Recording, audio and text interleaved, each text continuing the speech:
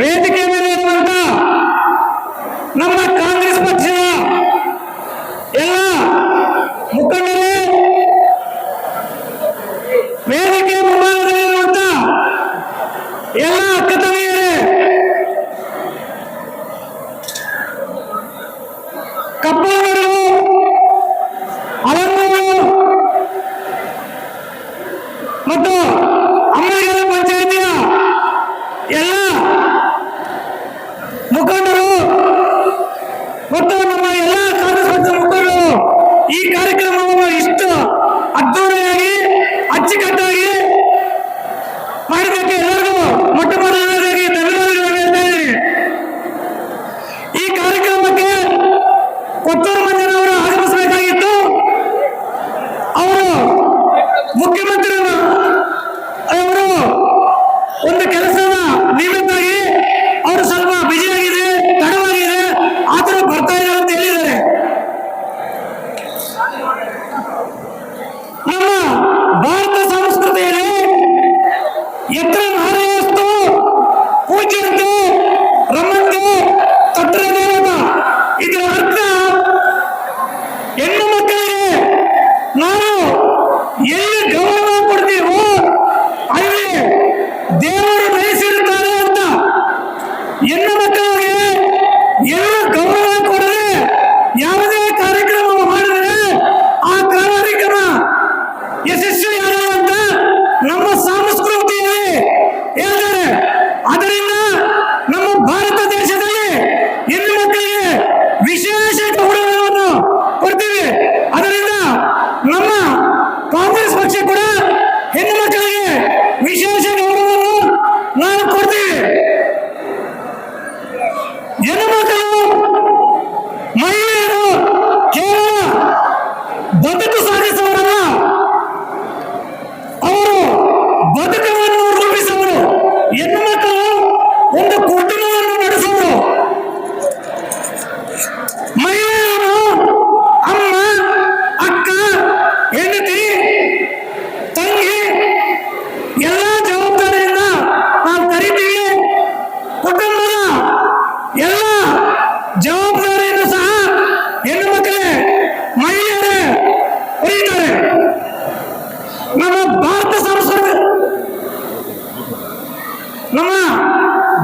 ಸಂಸ್ಕೃತಿಯಲ್ಲಿ ಹೆಣ್ಣು ಮಕ್ಕಳನ್ನ, ಮಹಿಳೆಯರನ್ನ ಶಕ್ತಿ, ಲಕ್ಷ್ಮಿ, ಸರಸ್ವತಿ ಎಂದು ಆರಾಧನೆ ಮಾಡ್ತಾರೆ. ಆದರೆ ಸಮಾಜದಲ್ಲಿ ಹೆಣ್ಣು ಮಕ್ಕಳು ಕೆಲವು ಸವಾಲುಗಳನ್ನು ಎದುರಿಸಿದ್ದಾರೆ. ನಾವು ಯಾವಾಗಲೂ ಹೆಣ್ಣು ಮಕ್ಕಳಿಗೆ ಪ್ರೋತ್ಸಾಹಿಸಬೇಕು.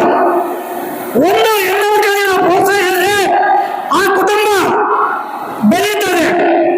ಒಂದು ಕುಟುಂಬ ಬೆಳೆದರೆ ಆ ಊರು ಬೆಳೀತದೆ.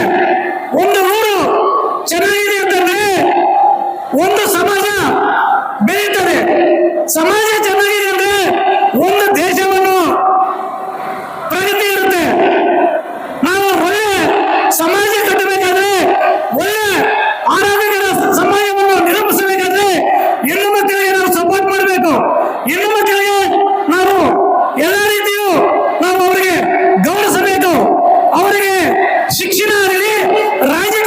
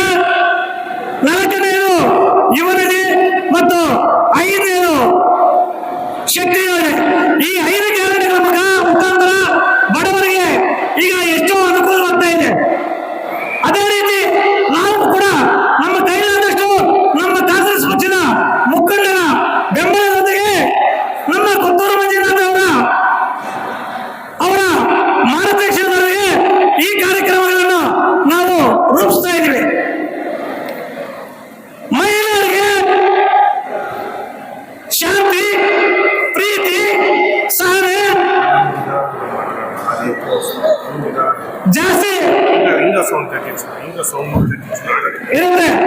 ಮಹಿಳೆಯರು ಸಬಲರಾಗಬೇಕಾದ್ರೆ, ಮಹಿಳೆಯರು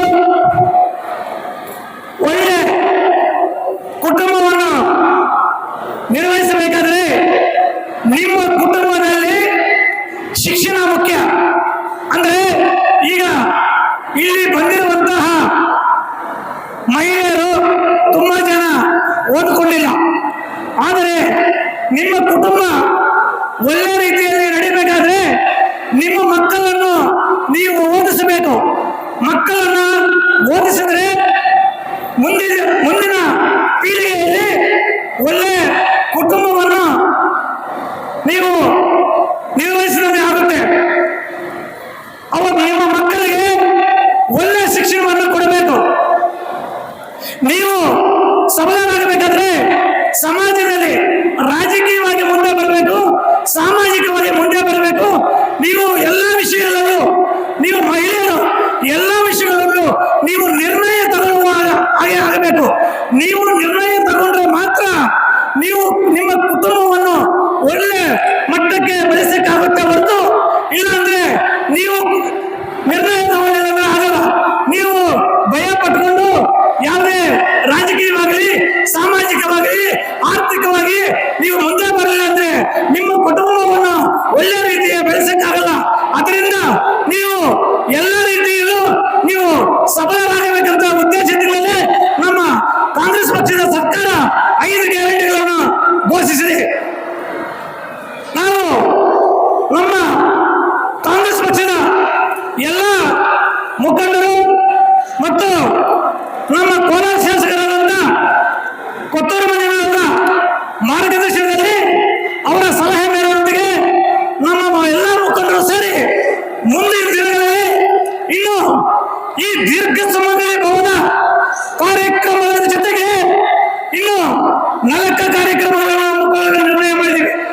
ಈಗ ಒಂದು ಕಾರ್ಯಕ್ರಮ ದೀರ್ಘ ಸುಮಂಗಲಿ ಭವನ, ಇನ್ನು 4 ಕಾರ್ಯಕ್ರಮಗಳು ಅಂದ್ರೆ ಒಟ್ಟು 5 ಕಾರ್ಯಕ್ರಮಗಳನ್ನು ಒಂದನೇ ಹಂತದಲ್ಲಿ ಅಂದ್ರೆ ಈ 4-5 ತಿಂಗಳಿಗೆ ಒಂದು ಕಾರ್ಯಕ್ರಮದಂತೆ ನಾವು 5 ಕಾರ್ಯಕ್ರಮಗಳನ್ನು ರೂಪಿಸಬೇಕಂತ ನಮ್ಮ ಎಲ್ಲ ಕಾಂಗ್ರೆಸ್ ಪಕ್ಷದ ಮುಖಂಡರ ಸಲಹೆಯೊಂದಿಗೆ ನಿರ್ಧಾರ ಮಾಡಿದ್ದೀವಿ.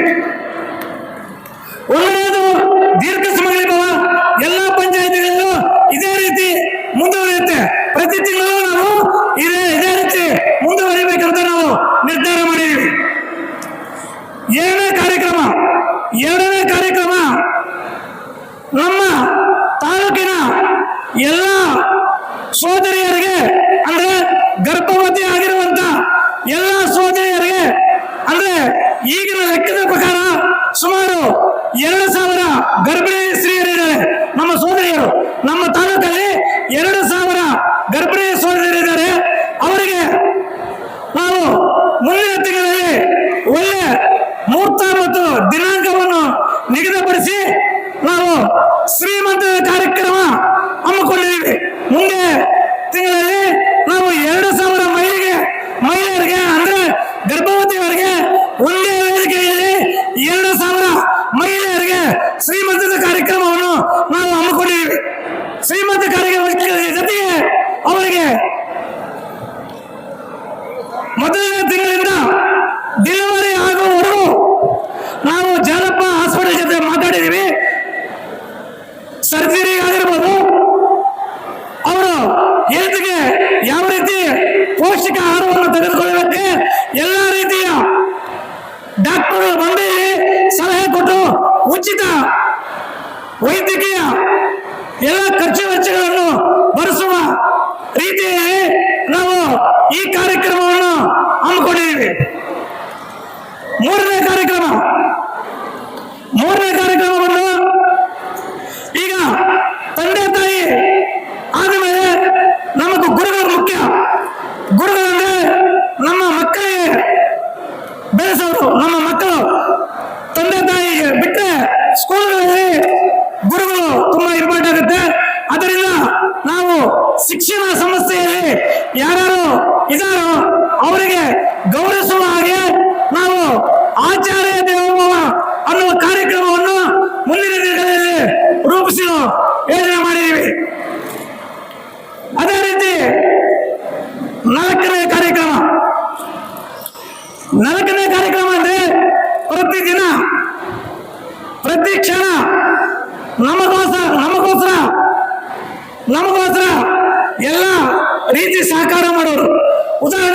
ಹೇಳ್ತೀನಿ ನೋಡಿ.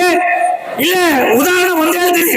ನೀವೆಲ್ಲ ಇಲ್ಲಿ ಕೂತಿದ್ರ, ನಮ್ಮ ಪೊಲೀಸ್ ಡಿಪಾರ್ಟ್ಮೆಂಟ್ ನಿಂತ್ಕೊಂಡಿದೆ, ನಿಮಗೋಸ್ಕರ ಅವರೆಲ್ಲ ಕೆಲಸ ಮಾಡ್ತಾ ಇದ್ದಾರೆ. ಈ ರೀತಿ ಪಬ್ಲಿಕ್ ಅಲ್ಲಿ ನಮಗೆ ಯಾವ್ಯಾವ ಡಿಪಾರ್ಟ್ಮೆಂಟ್ ನಮಗೋಸ್ಕರ ಕೆಲಸ ಮಾಡ್ತಾರೋ, ನಮಗೋಸ್ಕರ ಯಾರ್ಯಾರು ಸಪೋರ್ಟ್ ಮಾಡ್ತಾರೋ ಅಂತ ಸರ್ಕಾರ ಉದ್ಯೋಗ ಮಾಡ್ತಾರಲ್ಲ ಎಲ್ಲ ಸರ್ವಿಸ್ ಅವ್ರಿಗೆ ನಾವು ಒಂದು ಕಾರ್ಯಕ್ರಮವನ್ನು ಹಮ್ಮಿಕೊಂಡಿದ್ದೀವಿ. ಅದು ಕಾಯಕ ದೇವೋಭವ ಅಂತ. ಐದನೇ ಕಾರ್ಯಕ್ರಮ ಈಗಾಗಲೇ ನಮ್ಮ ಪೊಲೀಸ್ ಡಿಪಾರ್ಟ್ಮೆಂಟ್ ಅವರು ಡಿಸೆಂಬರ್ 1ನೇ ತಾರೀಕಿಂದ ಹೆಲ್ಮೆಟ್ ಹಾಕೊಂಡು ಓಡಾಡಬೇಕಂತ ಕಟ್ಟುನಿಟ್ಟಿನ ಅಪ್ಪಣೆ ಮಾಡಿದ್ದಾರೆ. ನಮ್ಮ ಅಣ್ಣ ತಮ್ಮಂದರು ಸಡನ್ ಆಗಿ ಬಂದ್ಬಿಡ್ತಾರೆ ರೋಡಲ್ಲಿ, ಹೆಲ್ಮೆಟ್ ಧರಿಸಲ್ಲ. ನಾಳೆ ಬೆಳಗ್ಗೆ ಹೆಚ್ಚು ಕಮ್ಮಿ ಆದ್ರೆ ಅವ್ರಿಗೊಬ್ಬರಿಗೆಲ್ಲ ತೊಂದರೆ ಆಗೋದು, ಆ ಫ್ಯಾಮಿಲಿಗೆ ತೊಂದರೆ ಆಗೋದು, ಅವ್ರನ್ನ ನಂಬಿಕೊಂಡಿರೋರಿಗೆ ತೊಂದರೆ ಆಗೋದು. ಅದರಿಂದ ಈ ಹೆಲ್ಮೆಟ್ ವಿತರಣೆ ಕಾರ್ಯಕ್ರಮವನ್ನು ಮುಂದಿನ ತಿಂಗಳಲ್ಲಿ ಮಾಡುವ ಆಯೋಜನೆಯನ್ನು ಇಟ್ಟುಕೊಂಡಿದ್ದೀವಿ. ಈ ರೀತಿ ಸುಮಾರು 1ನೇ ಹಂತದಲ್ಲಿ ಈ 6 ತಿಂಗಳಲ್ಲಿ ಇಷ್ಟು ಕಾರ್ಯಕ್ರಮಗಳನ್ನು ಹಮ್ಮಿಕೊಂಡಿದ್ದೀವಿ. 2ನೇ ಹಂತದಲ್ಲಿ ಇನ್ನು ಬೇರೆ ರೀತಿ ಕಾರ್ಯಕ್ರಮಗಳಿದೆ. ಅವಿಗೆ ಮುಂದಿನ ದಿನಗಳಲ್ಲಿ ತಿಳಿಸಿವಿ. ಆದಷ್ಟು ಈ ಕಾರ್ಯಕ್ರಮಗಳಲ್ಲಿ ಹೆಣ್ಣು ಮಕ್ಕಳ ಕಾರ್ಯಕ್ರಮಗಳೇ ಜಾಸ್ತಿ ಇದೆ. ಅದರಿಂದ ತಾವೆಲ್ಲರೂ ಈ ಕಾರ್ಯಕ್ರಮಕ್ಕೆ ಬಂದು ನನಗೆಲ್ಲ ಸಪೋರ್ಟ್ ಮಾಡಿ ಎಲ್ಲ ಮಾಡಿದ್ದಕ್ಕೆ ನನಗೆ ತುಂಬಾ ಖುಷಿ ಇದೆ. ಮುಂದಿನ ದಿನಗಳಲ್ಲಿ ಕೂಡ ನನ್ನ ಎಲ್ಲ ಕಾರ್ಯಕ್ರಮಗಳು ಇದೇ ರೀತಿ ನೀವು ಸಪೋರ್ಟ್ ಮಾಡ್ತೀರಾ, ನಮ್ಮ ಕುಟುಂಬವನ್ನು ಆಶೀರ್ವಾದ ಮಾಡ್ತೀರಾ ಅಂತ ನಂಬಿದ್ದೀನಿ.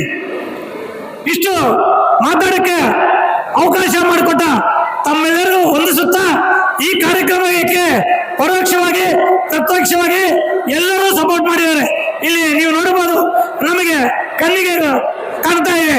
ನಾವು ಒಬ್ಬರು ಇಬ್ಬರು ಮನಸ್ಸು ಮಾಡಿದ ಈ ಕಾರ್ಯಕ್ರಮ ರೂಪಿಸಕ್ಕಾಗಲ್ಲ. ಅದರಿಂದ ಸುಮಾರು ಜನ ಎಲ್ಲ ರೀತಿ ಸಹಕಾರ ಮಾಡಿದ್ದಾರೆ.